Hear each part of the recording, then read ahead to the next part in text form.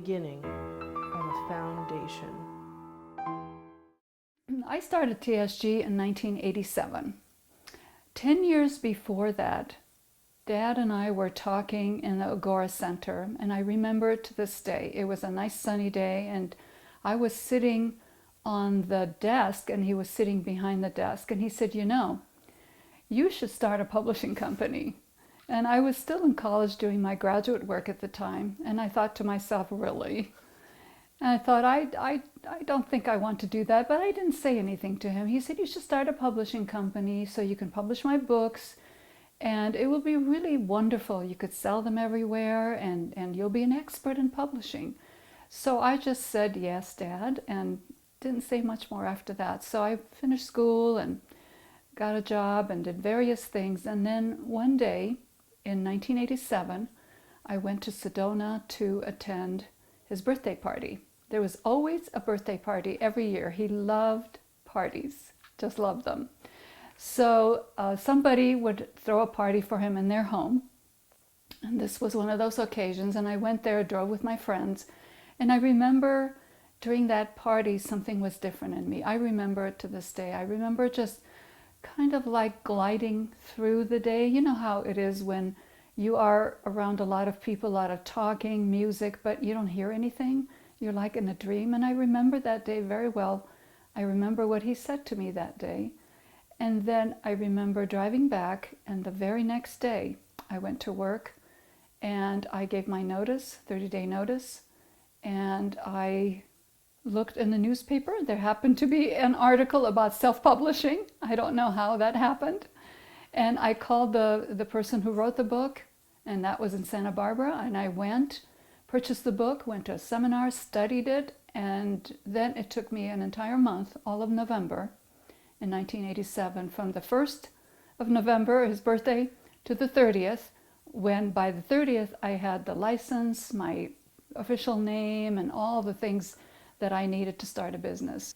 It's so interesting because, again, the day that I decided when to go and get the licensing and the permits was in 1987, the Friday after Thanksgiving. My mom and family were out of town, so I had a full turkey dinner with my sister in her apartment. We made pie, we made everything. But it was the two of us eating this ginormous turkey meal, right? But I remember then Helena said, why don't you go this weekend and get all your license and papers started, because there won't be that many people in the government offices, and government offices are open on Friday after Thanksgiving. And the rest, as they say, is history. Here it is 30 years later, and I don't know where the time went. The first stepping stones. When I started TSG, and it was November, right? And so I got my license and everything, and so this is the end of November now, and the first week of December, I drove up to Sedona with my car, and I said, I'm ready, and he said, wow, okay, come to where his house was, and he said, let me give you some manuscripts to start with. So here's the picture, where it's cold, I'm sitting in his small house where he would go for a retreat, and there's no heating or air conditioning, it's just a wood stove, and he loved it really burning hot in there. So it's like if it's 50 degrees out, it's 85 inside. So it's hot. We're sitting on the floor. You could see the fire from the wood stove, and I could just feel the sparks. And he had all this manuscript sitting around him. Now, the manuscripts were not on shelves. They were in his car. He had an old Mercedes, and he had a van, and his manuscripts drove with him. He did not leave them behind anywhere, and that was just hilarious. I knew he was doing that, but he just had it with him. I don't know, for safety, for constant check, an update, things that would come up in his mind, and he would write, and he would put it in the notebook. So in any case, we're sitting on the floor, and he's going, cosmic shocks, other worlds. Oh, this is great thought and the glory of thinking. So then I hauled a bunch of them, like 10 of them, put them in my trunk and drove back. So that started it. The responsibility of a steward. How did you come to the decision to publish your father's 100+ plus manuscripts. Why was that, did you feel, your responsibility to take on that? Why couldn't somebody else edit them and distribute them? I decided it was my job for many internal reasons, but suffice it to say that it is because I love my dad as a teacher of Ageless Wisdom. And his striving, his honesty, his integrity was something that I look for in everyone, in me and others. And he was not a perfect person, but his perfection lay in the extraordinary work that he did. And I found that there was nobody as qualified as I was. I have to say that. I know how he thinks, and really when he writes in English, sometimes it's actually Armenian and it's Middle Eastern, so I understand the cultural background. I understand his passions. I understand the train of thought that he would have. So I really believe when I look back on it, I am the best qualified, but I had no question that I would be able to do it. I had no idea what it would entail. Now, had I known, that could have been a different question altogether. But I just did it. It was one step forward, the other foot, and that's how I do it every day. I just keep going at it, and I love every moment of it. Love it. The ups and downs, the hard days and the good days as well. It's been fun. The building of the future.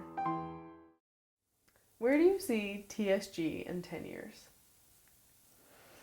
In 10 years, I see TSG in a beautiful new center. Beautiful offices, archives, library, it's all set. And I see people coming to do research and use our beautiful books. We have Torcom's library, and they are getting entered into a database so they can be searchable. And so I see us well established in a beautiful center with staff and volunteers and beautiful meditation spots outside, and many students that we serve. I also would like to see more books being translated into languages. The one language that's very actively being translated into now is Spanish.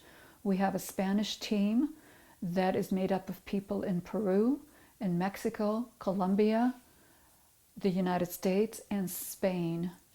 So this is the beauty of internet communication. I would like to see in 10 years the books everywhere, going all over the place, all over the world, and people reading, studying, taking courses, and starting their own groups. I will help and support anyone who wants to start their own study group anywhere in the world. So even though the focus is shifting from the publication of unpublished manuscripts, you still see publication in the sense of distribution and translations a huge part of TSG's future. Well, it is that the books form the foundation on which everything else happens. Whether you create more courses, seminars, Sunday services, rituals, it's all based on the material and the teaching. So there is plenty of material for us to work with and do so many things with it. Who knows, brilliant men and women will come and write articles and explanations based on chapters from the book. So I hope there's a lot of activity and scholarship being done in that period. So I see it as an expansion of what we do now, but on a larger scale. Yeah, and focus also on the center where we have people who come and I want to create a center of meditation, of quiet, of solitude, where people can feel supported to find out who they are. That's the greatest gift I think we can give to people, to give them a gift of themselves. Where do you see yourself? Gita, Sarah Darian, the publisher, the teacher, the grandmother, in 10 years? 10 years? 10 years. Maybe take a few more vacations. I would like that, but keep working.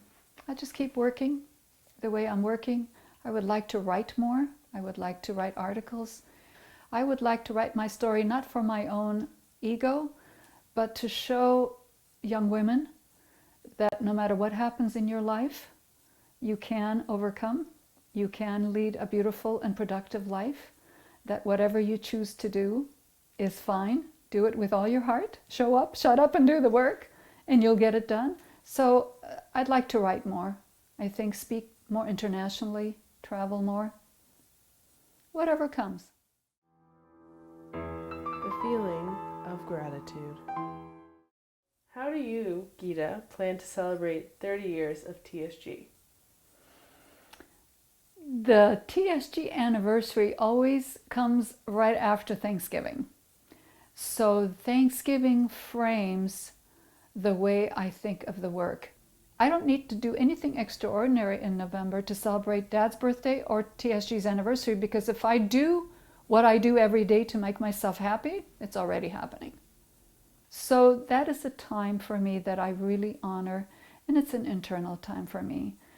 And I sit and I remember everyone who helped me, everyone who helped TSG be where it is today. And we are in a beautiful spot right now, and I see it only getting better. How do you feel working on these books, no longer alone by yourself on the couch? How does that feel to have this whole team behind you and your mission? I feel peaceful. I feel grateful. I feel emotional. I go home and I just say, thank you, God, for these beautiful people. I love our media, you. I love talking to people on Facebook, for example. I love all of it, and I'm so deeply, deeply grateful, because I could not finish it in this time scale if it weren't for the people who help me every day, people who give me the freedom to stay at home and do extra reading or rest or prepare for a seminar. If I didn't have the staff and the supporters, I would not be where I am, and TSG would not be where we are. We are so blessed. Every single person that comes into my life, whether they are working here or students or supporters or just an email, I bless them. I am so lucky, so fortunate that I get quiet when I think about it. Very quiet, yeah. Well, I want to say thank you on behalf of all of us at TSG and all of your students for all the incredible work you've done, and the 6,000 days you've put in, and the many more that you will continue to put in to reach your goal of happiness and to help others. So Yes. Thank you. You're welcome. It's been a joy. Thank you. Thank you.